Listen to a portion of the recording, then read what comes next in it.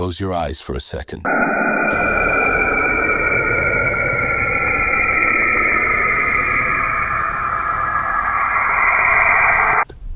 want you to listen to something.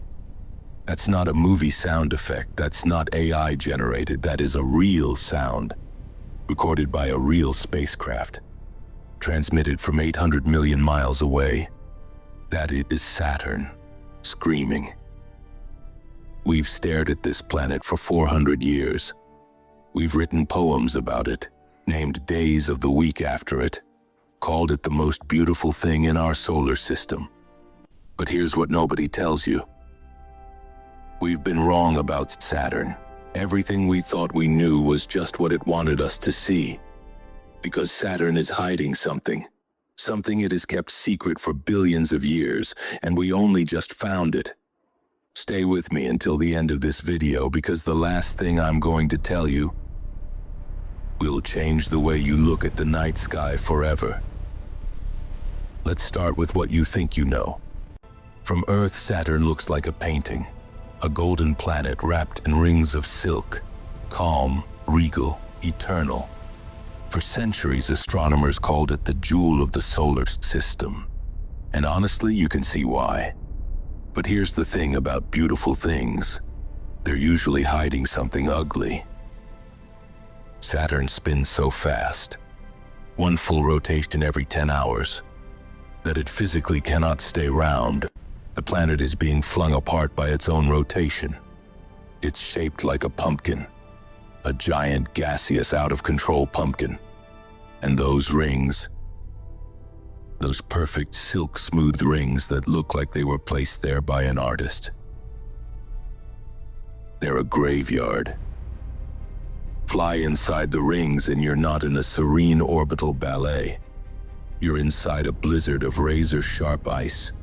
Rocks the size of mountains hurtling at thousands of miles per hour, constantly smashing into each other, shattering, reforming, destroying.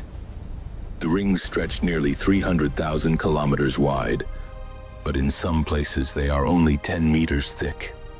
A blade, 300,000 kilometers long, spinning, waiting. So where did this blade come from? A murder. Billions of years ago, Saturn had another moon. Scientists believe it was enormous, perhaps as large as Titan, which is bigger than the planet Mercury. And one day, it drifted too close. There's an invisible boundary around every massive planet, and it's called the Roche limit. Inside this boundary, gravity becomes a predator. It doesn't just pull objects toward it, it tears them apart. This moon crossed that line, and Saturn did what Saturn does. It grabbed the moon by its crust and it peeled it. Slowly, methodically, mercilessly. It ripped the surface from the core, shredded a living, orbiting world into trillions of icy fragments, then arranged them in a perfect ring around itself. The rings of Saturn that we call beautiful, that we photograph and put on screensavers and name children's space toys after. Those rings are the pulverized remains of a world that died screaming. You have been admiring a tombstone. And that's just the rings. Because what Saturn is doing to its moons, what it has always done, goes far, far deeper than that. Look at Saturn's North Pole. Stare at it. Tell me what you see. Nature doesn't make straight lines. Physics doesn't do this. Fluid dynamics, the science of how gases move, says storms form circles, spirals, ovals. No, not this. A perfect hexagon, a six-sided geometric storm, wide enough to swallow 4 Earths. And it has been spinning there, unchanging, unmoved, for as long as we've had telescopes powerful enough to see it. Scientists can model how a hexagon forms under the right atmospheric conditions. But here's what they cannot fully explain. Why is it perfect? Why has it not degraded? Why in a planet of violent chaos does this one geometric shape just hold? At the center of the hexagon is a vortex, a hurricane, A red spinning maw that looks like a rose made of fire and pressure. It never stops, it never weakens. It stares into space like an eye that hasn't blinked in centuries. And when the planet itself decides to wake up, every 30 years like clockwork, a monster stirs in the deep. We call it the Great White Spot, a storm system so large it wraps around the entire planet. Lightning that fires 10,000 times more powerful than anything on Earth. Ammonia clouds the size of continents, churned up from thousands of miles below the surface, turning the golden planet ghostly white. 1 Saturn year. That's how long it sleeps between eruptions. 1 Saturn year. 30 of ours. The last time this storm raged, some of you watching this video were born. Saturn has 146 moons, 146, and most are frozen rocks tumbling in the dark, but two of them are going to keep you up at night. The first is Titan. Titan has a thick atmosphere, thicker than Earth's. It has rivers, it has lakes, it has weather, it has rain. From a distance it looks almost familiar. Don't let it fool you. The rain on Titan is liquid methane, natural gas. Falling from the sky, the temperature is negative 290 degrees Fahrenheit. The lakes are not water, they're liquid ethane. If you fell into a lake on Titan, you wouldn't drown. You wouldn't even sink slowly. You would shatter. The ground is covered in dunes, but not sand dunes.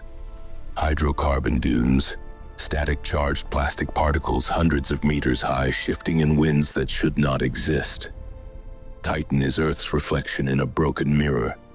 Everything that makes home feel like home, but twisted, wrong, deadly. Now, the second moon. This one is small, barely bigger than the state of Texas. For years we looked at it and saw nothing but a ball of ice. Then we spotted the tiger stripes. Long blue fractures at the South Pole like claw marks. And from those claw marks, it bleeds. Geysers of water vapor erupting at supersonic speed, firing hundreds of miles into space. Saturn is squeezing this tiny moon. Its gravity kneads Enceladus like dough, generating heat deep in the core. And beneath the ice, a liquid ocean, global, warm, salty. We found organic molecules in those geysers, the building blocks of life being shot into space from a moon of Saturn. And somewhere in that dark, pressurized, shielded ocean, something might be alive. We went to Saturn to study a gas planet. We might have stumbled onto our first proof that we are not alone. To learn all of this, we sent one spacecraft, Cassini. For 13 years, this machine was our only eye at Saturn. It flew through the rings. It orbited Titan 127 times. It flew through the geysers of Enceladus and tasted them. And then it ran out of fuel. NASA faced a decision. They could let Cassini drift aimlessly, eventually crashing into Enceladus or Titan, contaminating them, potentially seeding a pristine alien ocean with Earth bacteria, and destroying any chance of knowing if life there evolved on its own. So they ordered Cassini to die. On September 15, 2017, Cassini fired its engines one last time and dove headfirst into Saturn. But it didn't go quietly.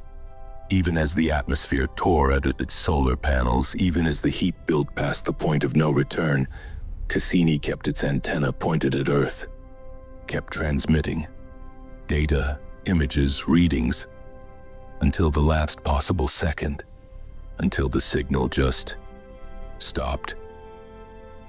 A machine built by human hands that had traveled billions of miles chose to die rather than risk contaminating a world that might harbor life. We sent a robot to Saturn, and it died with more dignity than most of us will ever manage. And now, the secret I promised you at the beginning. The thing Saturn has been hiding, the thing that changes everything. The rings are disappearing. Right now, as you watch this video, Saturn's gravity is pulling its own rings inward, a process scientists call ring rain. The rings are draining into the planet at a rate of tons per second in 100 million years, which sounds like forever but is the cosmic equivalent of a Tuesday. The rings will be completely gone. Saturn will just be another plain ringless gas giant, unremarkable, forgotten. But here's what that really means. We didn't discover Saturn at some random point in time. We discovered it during the single narrow window in its 4.5 billion year existence, when the rings were there to be seen. Before us, no rings. After us, no rings. The most beautiful thing in our solar system exists only in the moment that we are alive to witness it. Every time you look up at Saturn through a telescope, you're not just observing a planet. You're catching it in the last act of a 4 billion year performance. A dying masterpiece lit by a distant star spinning in the dark, holding its rings together just long enough for us to see it. Maybe the universe isn't as cold as it seems. Maybe it just wanted someone around to call it beautiful before it changed. If this changed how you see Saturn, share it with someone who needs to look up more. And if you want to go deeper, the next video is waiting.